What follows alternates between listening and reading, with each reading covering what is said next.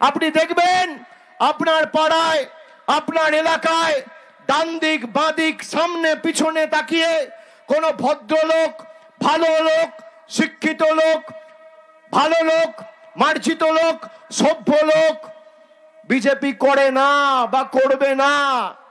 যত মদ, মদ্যপ, মাতাল, পাতাখোর, 2 নম্বরি, চোর, চিটিংবাজ, গাঁজাখোর সব ভারতীয় জনতা পার্টিতে। এই তো ভারতীয় জনতা পার্টি। এদেরকে জিজ্ঞেস করুন যে আপনারা 12 বছর ধরে কেন্দ্রে ক্ষমতায় ক পয়সা বাঁকুড়ার জন্য এনেছেন।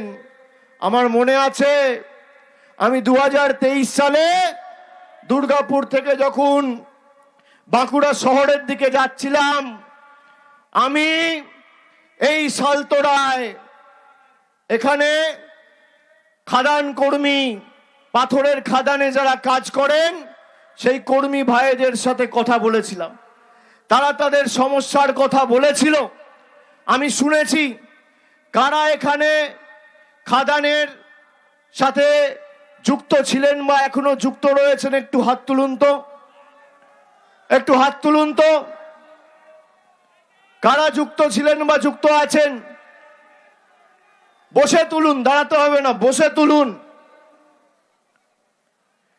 এই মুহূর্তে আমার কাছে যতটুকু তথ্য আমি পেয়েছি সেই তথ্য অনুসারে সালতোরায় 4টে এবং মেজিয়ায় 1টা, 5টা খাদান চালু রয়েছে এবং প্রায় 120টা ক্রাশারের কাজ চলছে। 250টার উপর ক্রাশার রয়েছে। কিন্তু কিছু আইনি জটিলতা, কিছু বাধ্যবাধকতা, একটা খাদান করতে গেলে মিনিমাম 1 হেক্টর জমির প্রয়োজন হয়। তারপর একাধিক সরকারি পারমিশন, শুধু রাজ্য সরকার নয়, এই ঝাড়খণ্ডের রাঁচিতে director general of mine safety, তাদের এনওসি বা তাদের ছাড়পত্র পেতে গেলে মাসের পর মাস লেগে যায়। এমনকি কোনো খাদান মালিককে বৈধভাবে আইনি প্রক্রিয়া মেনে যদি খাদান চালুও করতে হয় তাহলে এককালীন তাকে সরকারি যে ফিজ রয়েছে প্রায় 30-32 লক্ষ টাকা ফিজ জমা দিতে হয় এবং 24 মাস থেকে 30 মাস, 2 থেকে 2.5 বছর এই প্রক্রিয়া সম্পূর্ণ করতে লাগে। তারপর অনৈতিকভাবে বেআইনি ঘুরপথে ওই ডিজি মাইন ঝাড়খণ্ডে রাঁচিতে যার অফিস, তাকে লক্ষ লক্ষ টাকা ঘুষ দিতে হয়। এই বাঁকুড়ায় সালতোরার বিধায়ক বিজেপির, 24 অব্দি বিধায়ক ছিল বিজেপির। আমি জিজ্ঞেস করি বিজেপির বিধায়ক সাংসদদের লজ্জা লাগে না? যেখানে মানুষের অসুবিধা হয় আর মানুষের কর্মসংস্থানের দাবিতে যখন মানুষ সোচ্চার হয়, কেন্দ্রীয় সরকারের সংস্থাকে ঘুষ দিয়ে লক্ষ লক্ষ টাকার মানুষকে নিজের অধিকারের স্বার্থে লড়তে হয়, তখন এদের বড় বড় ভাষণ কোথায় থাকে? আমি আপনাদের বলি, এখানে সরকারের প্রায় 133 হেক্টর জায়গা রয়েছে। আমি বিগত 2 মাস ধরে এই যে জটিলতা, এই জটিলতার উপর কাজ করেছি। আমি আজকে এই সভা করতে হঠাৎ করে সালতোরা এলাম কেন? বাঁকুড়ায় এত ব্লক আছে, টাউন আছে, বিষ্ণুপুরে যেতাম, সোনামুখীতে যেতাম, রায়পুরে যেতাম, রানীবাঁধে যেতাম, অন্য জায়গায় যেতাম, বাঁকুড়া শহরে করতে পারতাম, তা তো করিনি। এসছি কোথায়? সালতোরায়, আপনাদের কাছে। আপনাদের কথা দিয়ে গেছিলাম আমাদের পঞ্চায়েত নবজোয়ারের যে কর্মসূচি ছিল পঞ্চায়েতের আগে, সেই কর্মসূচি শেষ হওয়ার পরে কিছু জায়গায় মাইন্সের কাজ বা স্টোন ক্রাশার্সের কাজ আইনি প্রক্রিয়া মেনে চালু হয়েছিল। আবার যেহেতু অনেক বাধ্যবাধকতা, কোর্টের অর্ডার রয়েছে, ফুল ফ্লেজেড সেই কাজ চালু হয়নি, এখন বন্ধ রয়েছে। আমি আপনাদের বলি, এখনো পর্যন্ত প্রায় 4000 4500 কর্মী ভাইয়েরা সরাসরি এই কাজের সাথে যুক্ত রয়েছেন, যারা বর্তমানে কাজ করছেন। আর পুরো যদি সব ক্রাশার ফাংশনাল হয়ে যায় বা অপারেশনাল হয়ে যায়, তাহলে প্রায় 25,000 লোক কাজ পাবে। এবং সরকারি যে 133 হেক্টর জমি রয়েছে, সেখানে প্রায় 18টা মাইন রয়েছে। এই 18টা মাইনের কাজ যদি শুরু হয় আইনি প্রক্রিয়া মেনে সম্পূর্ণ হয়ে, তাহলে কমপক্ষে 25,000 লোক কর্মসংস্থানের বাড়তি সুযোগ পাবে আগামী দিনে। আমি গত 2 মাস ধরে এর উপর কাজ করেছি। আজকে সকালবেলাও মুখ্যমন্ত্রীর সাথে কথা বলেছি।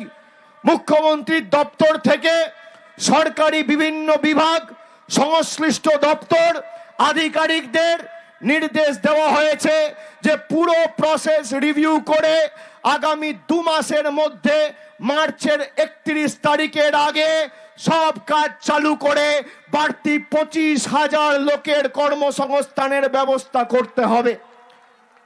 আপনারা মার্চের মধ্যে সেটা দেখতে পাবেন। কথা দিয়ে কথা রাখার নাম তৃণমূল কংগ্রেস। এখানে জলের সমস্যা রয়েছে।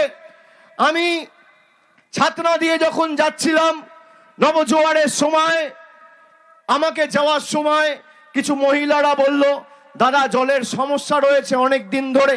কিন্তু আপনারা জানেন না, জল জীবন মিশন, এখানে আপনাদের এমপি অরূপ চক্রবর্তী রয়েছে। কেন্দ্র সরকারের কাছে আমরা প্রতিনিধি দল পাঠিয়েছিলাম, সেখানে তিনি ছিলেন। কেন্দ্র সরকারের যে 50% টাকা পানীয় জলের প্রকল্পে দেবার কথা, সেই 2,500 কোটি টাকা আজও গায়ের জোরে বিজেপি সরকার বন্ধ করে রেখেছে।